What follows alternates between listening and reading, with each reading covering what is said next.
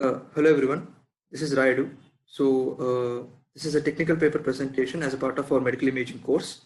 So this is a group presentation. So I'm accompanied by C. Akhil, who happens to be my classmate. Today's technical paper presentation is about extracting and leveraging nodule features with lung inpainting for local feature augmentation. This is our route map. So basically I'll start off with a quick introduction about the problem statement as well as necessary introduction. Then we'll have an background details of what of the procedure and methodology which we are going to use, and later we'll discuss the methodology, and then we'll describe how the experimentation is basically done. So what is some of the results as well, and finally we'll conclude the entire presentation with a quick conclusion summarizing all the aspects as well as discussing some of the future work that can be done in this particular domain. So starting off with introduction. So this paper mainly focuses on the process of augmentation at a local level. Contrary to standard augmentation techniques which are applied usually on a global scale.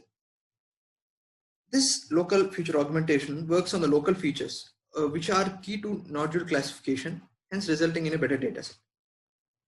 So this process proves to be very useful in situations having limited data sets. So one of the such case is the detection of pulmonary abnormalities. So lung cancer is one of the most frequent cancer in the world. So it has one of the highest mortality rates of all the diseases, and efficiency of the lung cancer diagnosis and treatment is of utmost importance. So in the year 2019, over approximately 228,000 new cases, and over 140,000 estimated deaths are predicted in the US alone. The chance of surviving is higher when the lung cancer is diagnosed in the early stages itself. So that can be proved to be pretty useful. So the overall 5-year survival rate is approximately 70% with people with stage 1A and 1B, and 50% for people with second stage cancer. So basically all this sums up that this particular prediction of abnormalities of lung diseases is of one of the most important tasks that need to be solved in the current world. So coming to the procedure, basically chest X-rays, also known as CXRs, is the most common examination for detection of pulmonary abnormalities. But there is a limited availability of scans containing the nodules, which are our area of interest, and the subtle properties of nodules. The state-of-art methods which are being implemented right now do not perform well on the nodule classification due to the limited data set. So a lot of developers, in order to create an additional data set for training processes, they have been implementing standard augmentation techniques. But the variants introduced by these methods, by the so-called augmentation techniques, are limited as the images are typically modified at a global scale and not on local scale. So by making the augmentation at a local scale, we'll be able to create a better additional data. So that is the objective of this technical paper. So this is a list of author of this particular publication, and this paper has also been accepted at medical imaging and computing and computer assisted interventions. It's a summit in the book of machine learning in medical imaging in the year 2020. So coming to the background. So what is the background details we have in this particular procedure? So basically it all started in the year 2017 when NIH released their first public CXR, that is chest X-ray dataset, with over approximately 112,000 images, and along with their labels. The group has also put a baseline performance with AUC of average of approximately 75% or 0.75 across abnormalities on their official evaluations. So several research groups around the world tried to increase the performance based on some novel training strategies and network designs. So the state-of-art results showed that the performance for all the abnormalities raised to approximately 82% on average, whereas the nodule classification, specifically nodule classification, is just improved to just improved by 3%, that is to 78%. Even in order to achieve that small increase in performance, approximately 6,000 nodule images were required. So that is a huge data set. So in order to increase the data set, standard augmentation techniques are usually applied by the developers across the world. One of the best examples is the horizontal feedback. So being the modifications being global in nature, the degree of variance, that is the difference between one particular image and the other particular image, is very limited. And such kind of data set is not so adequate to our requirements. Usually, the nodule classification requires features on a local level. So accessing the local features, which are crucial in classification, and augmenting them will create a better data set for us. So before getting into the methodology, I'll just explain one of the recent analysis which has been proposed by Mr. Takanaki in his one of their work. So recent analysis showed that the adversarial effects can affect the classification predictions very easily. So let us look at this particular equation as my pointer shows. So in this equation, as you can see, so basically we have x1, x2, x3, xi. So there are the data set, and the corresponding labels, of course, the y. So we have a classification model C, and in order to minimize the loss function, we use a minimizing loss function of L. So we have this equation. So the technique which is produced in this particular paper, in Takanaki paper, was that so the classification model can be attacked with some adversarial examples, etc., generating from a model. So we assume a method called G to produce a prediction of model C where yi is not equal to yi dash. So what we basically do is we basically apply a method basically called G on the particular image data, the input data, and then by changing the prediction of model C, that is from yi to yi dash, we'll be able to get a completely new different data set. So that is the basic idea behind our approach. So this forms our basic structure for which we will be developing for the rest of our particular private presentation. So methodology. So our methodology can be divided into two types basically. So two steps. So the first step, so this figure gives you a slight idea of how the entire process works. So before I could get to that, so first process is nodule feature extraction using a patch inpainting method. This left part of the image shows that particular aspect. And the second part would be displacement of the isolated nodule patches and application of other augmentation techniques basically. So what we basically do is, so as discussed earlier, we take a method, we make some changes, and then we train it to the with other output variables. So here basically what we have is, this is the basic image what we have, and this is an image without that particular nodule. So what we do is we take a particular patch, and then we apply a particular mask of half of the size, and then we impaint it with the patch that is obtained from non-module image. So that result is and that particular result is subtracted from this original image. So as you can see here, we have a subtraction operation. So the impainted image is basically subtracted from the original image, and then some filtering techniques are used so as to decrease the noise, and finally we'll get the nodule extraction. So this is the basic methodology of how we do it in the first case. So we'll go it step by step how we achieve each and every process. So the first process, as I said, so the patch inpainting network is generally generated using context encoders. So this context encoders, as mentioned in one of the papers as referenced below, chest X-ray inpainting with deep generative models. So we use one of the encoders called context encoders. So the context encoders is basically, as you can see here, so this is the basic input image, and this is the required output, and this is what we have achieved. As you can see, there is a slight difference in borders at the border level. So that is the biggest problem of using these context encoders. The problem is their ability to predict boundaries are not as up to the mark as other encoders. So, but the other features while predicting other pixel values is very accurate. So in order to tackle that particular issue of able to counter the problem with boundaries, what we do is we use an spatially discounted reconstruction loss introduced by one of the papers, Gündel. So the necessary parameters are varied along with increasing the channeling size, and some of the other parameters which are included such as gamma are also varied. we are requiring according to our requirements. So from the full image, we extract, this is a 64 cross 64 patch, and a mask is overlaid approximately with half as large in each dimension as well. So this is basically half of the length and half of the breadth. So now, so how to extract the nodules? So nodules are extracted by this particular equation basically. So Ni, which represents the nodules that are going to be extracted, are extracted by. So Oi represents the original image. So this is the original patch or original patch from the original image, and then this Oi of M represents this particular patch, the original patch, along with the mask. So this particular thing is called Oi of M, and then an inpainting function. So I is basically an inpainting network. So inpainting network is applied on that particular patch along with the mask. So that results in the entire thing I of OIM.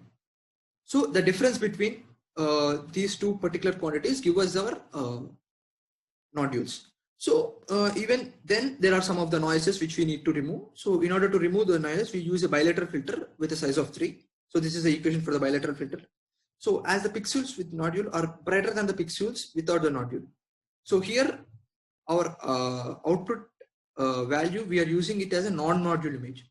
So basically the pixels in the nodule image are basically brighter than the pixels without nodule image. So we truncate all the negative values 0 in order to remove all the noises. So that is how basically nodule extraction is done. Hello everyone, this is Akshan. So now I'll continue presentation. So now we have got the isolated patches, and which we will be implementing in different ways to augment the data set which we already have. In this study, we have applied the extracted nodules on non-nodule images and not on the images which we have got from the nodules, so that we can actually increase the number of synthetic images. And due to this, the data is more balanced with respect to the labels, such that we have more images which have nodules. And based on the lung segmentation mask, we randomly insert a nodule patch in the lung region of the image with a probability k, and the corresponding class label is modified. This process is performed for each epoch, such that different images contain nodules during training, and this is done to make the classification model more robust during training. And in addition to the nodule displacement, we also apply other augmentation techniques such as random rotation and flipping to achieve more variability. As a nodule is circular and properties are also very local, we are able to rotate the patch by around angle 0 to 360 by any angle. This is a basic algorithm which we'll be using. So initially we'll be having the data, which is a nodule images X, and it will be having bounding box B, which is already given. And we have original classification network C1 and another retrained classification network C2 and patch impacting network I, which will give us the patch. So initially we will be taking from all the length of X, that is, we'll be taking all the images, and we'll be getting the nodule patch from that, which is OI. And from that, we will be getting the inpaint patch, which will contain the exact image without the nodule.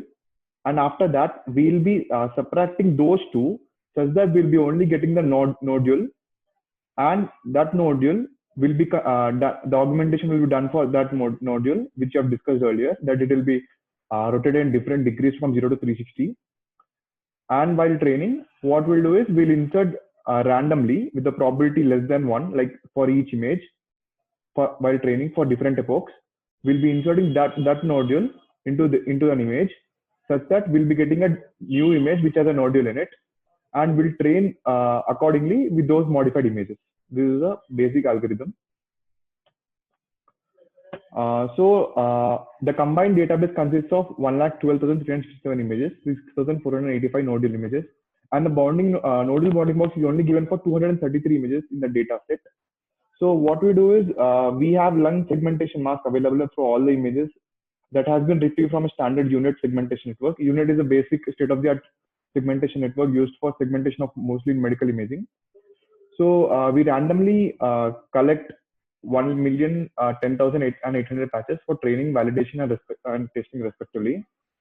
And we also upscale the input image to 512 cross 512, increase the resolution of overall images and nodules such that nodule is actually visible, so that we can actually modify in such a way that we can train it. So this is an example. Initially, this is the original nodule image which we have, which we already know has a nodule. So we'll be getting an inpainted patch which doesn't have any nodule. You can see over here, it doesn't have any nodule. So we subtract this from this such that we'll be getting the patch which has the nodule, and we post-process it so that the nodule is actually clear. So this is a nodule which we have got, and we put these nodules in another patches of images which actually doesn't have a nodule till now. So at first, we train the inpainting network I, and each patch of an image is inpainted sequentially fed into the classification network, and prediction is placed on the map, as you can see over here. And the image classification, the prediction score remains stable when the regions without nodules were impaired, and it suggests that the inpainting network could generate normal patches robustly. And the classification also was given a threshold. So the threshold was given accordingly as 0.5. And if it is only greater than 0.5, then the patch would be considered for augmentation process. So according to the threshold, we got around 178 nodule patches, which was additional to the given nodule patches. And we have used these for training. The model was trained in the following way. For each image and epoch, we inserted a nodule patch with probability k, and accordingly for that nodule patch, we correspondingly change the nodule label. As you can see over here, initially we have this image which has a nodule over here, and we have found that nodule over here is here using the prediction map, and we have using the inpainting method, and we have subtracted this nodule and placed the same nodule over here after pre-processing, such that it is augmented and changed a bit, and it is placed in another image which doesn't have any nodule at all, so that we get new images for training. And to evaluate the advantage of using this local augmentation on varying size of dataset, they have performed learning curve analysis. So the dataset was split into patient-wise into 70%, 10%, and 20% for training, validation, and testing respectively. And they have also ensured that the images that we have extracted using this local augmentation was also placed in each and every training set. So now they have conducted the testing for all the images, and they have found the area under the curve. So initially they have training images in such a way that it is shown over here. So the baseline is the one which doesn't have any augmentation, and it is done classification using a state-of-the-art model. As you can see, the accuracies and everything else is given over here for testing and training according to the data size. So the standard augmentation is the one which is basic a global augmentation, random rotation with a degree range of -52 to 15 degrees. And as you can see, no significant improvement can be compared to the baseline model. And the evaluation of the main model which we have created using the feature augmentation can be seen in this row, the third row. And for each column, the same training set was applied.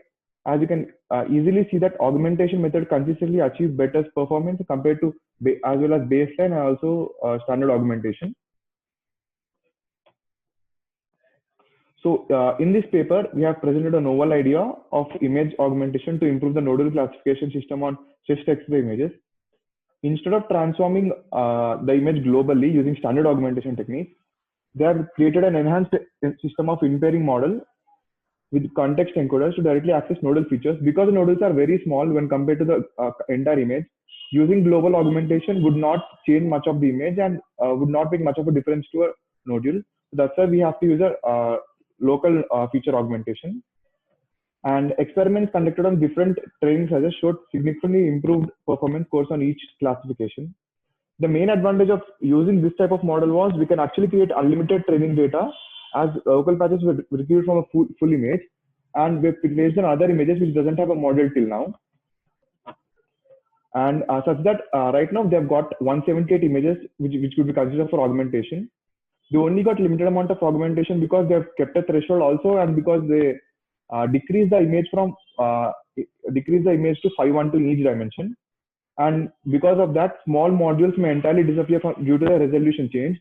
And experiments on the original image may increase in collection of valid nodal patches. And the system can be also expanded to apply on local feature augmentation and other lung abnormalities such as mass.